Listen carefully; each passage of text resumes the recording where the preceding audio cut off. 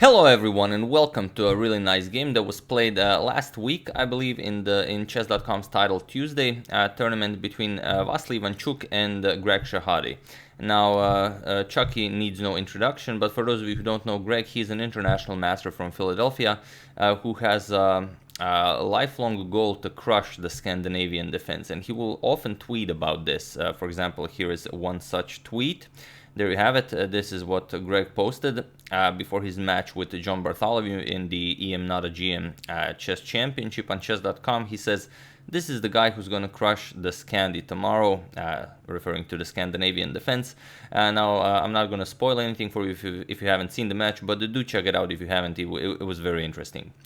So, that being said, let's check out the game. Now, Chucky with the white pieces opens... What's that?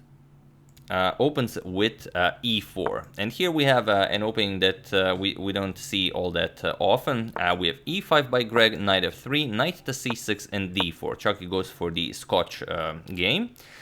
We have e captures on d4, and now not recapturing but gambiting the pawn at the Goering gambit, which Greg accepts, and now knight captures on c3. In the olden days, you would even gambit one more pawn with bishop to c4, which gives white a lot of development already. You have bishops developed, but over time, black realized that there really aren't any problems here, so white isn't really playing this all that much. So instead, just knight captures on c3, some development for a pawn, and d6 now by Greg. If you don't want to develop your bishop all the way, then d6 makes sense. You want to play bishop e7, knight f6, castle, bring the bishop into the game, and so on. So bishop to c4, now with the c-pawn gambited away, Chucky wants to play bishop c4, queen b3, put pressure on the f7 pawn, knight g5, bring more pressure, and this is the idea. So knight to f6, continuing development, we have queen to b3, now pressuring the f7 pawn, and queen d7, just defending the pawn. And now knight g5, adding a third attacker to the f7 pawn. And now you could defend it with both knight d8 and knight to e5. Knight e5 is a little bit better as it also attacks the white's light square bishop here. And it's a much more active square for the knight. So bishop b5. Now threatening the queen, and c6. And now if you don't want to move the bishop back, you play f4, which is what Chucky plays. Now the knight is under attack, and here black has a lot of options, and I'm pretty sure, since this is a blitz game, that it's something Chucky had in his home lab quite a few times, as here black can go knight to g4, he could go knight to g6, even h6 is an idea, where you temporarily sacrifice a piece, for example, captures, and now white's king is still in the center of the board, the knight is under attack, the bishop is under attack, and black will be doing fine here. However, Greg went for c captures on b5, he went for the trade right away, f captures on e5, and now d captures on e5. And now bishop to e3, making room for the rook to come to d1 to put more pressure on black's position. Here we have h6, trying to get the knight away. As long as the knight is on g5 and the queen on b3, you constantly have to worry about the f7 pawn. So of course Greg wants to kick it away, but first a nice in-between move, rook to d1, attacking the queen, and now queen to e7. If you go queen to c7, then just knight b5 wins the game on the spot, queen e7, and now bishop to c5. The queen has no more squares from where she can keep an eye on the f7 pawn, and if you capture the bishop, then queen captures on f7 is checkmate. So this is game over. So instead, Greg went to e7, and now bishop to c5 isn't as strong because black has bishop to e6, which also attacks white's queen. So instead, Chucky goes queen captures on b5, and now knight to d7. Bishop to d7 is in fact better here. Just attacking the queen, and after captures you bring the rook into the game. Later on you're going to move the queen, move the bishop, and finally castle.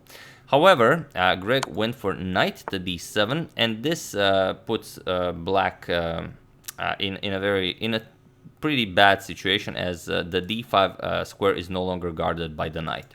So here Chuck immediately grabs the outpost for the knight, knight to d5, comes with an attack on the queen, and now queen to d8. And now what do you play here?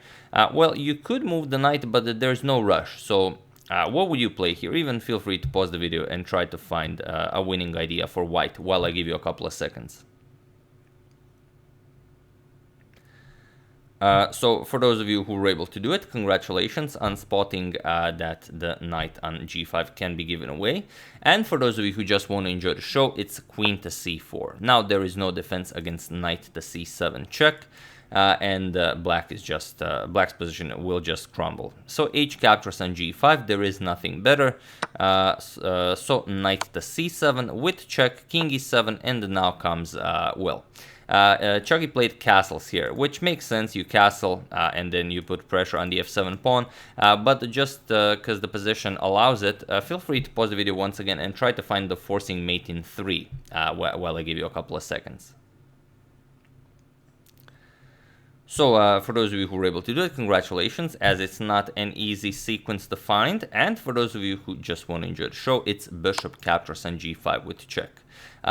You either play f6 and then queen e6 is checkmate, or you block with knight to f6, and now comes queen b4 check. Queen has to block, the king has no square, so queen d6, and now queen captures will be checkmate. But Chucky instead went for castles. It's a similar idea. Now you just want to play queen captures on f7 with mate, and here we have f6 by Greg, preventing queen captures on f7 mate, but allowing a different one, which I'm not going to even ask you to pause the video, as we've already seen it in the previous line. Of course, queen to e6 checkmate. So yeah, a very nice game by Vassily Ivanchuk in 19 moves, quite a brilliancy, if you will. And Greg played a great game, but it was in that moment where he had to play bishop to d7 that he blocked with the knight, and from there it was just downhill. But up until that point, it was a good game by both sides. So yeah, that's the game. I do hope you enjoyed it. I would like to thank Jordan Schmela, Guillermo Munoz Beltran, Doug McNabb, Bark Pike, and Marco Leipold for contribution to my channel. Thank you a lot. I really appreciate it. As usual, you can check 2 of my previous videos here. Thank you for watching, and I will see you soon, continuing the coverage of the Lindores Abbey Rapid Challenge, checking up on your wonderful suggestions, and whatever else happens in the chess world, such as this brilliancy here.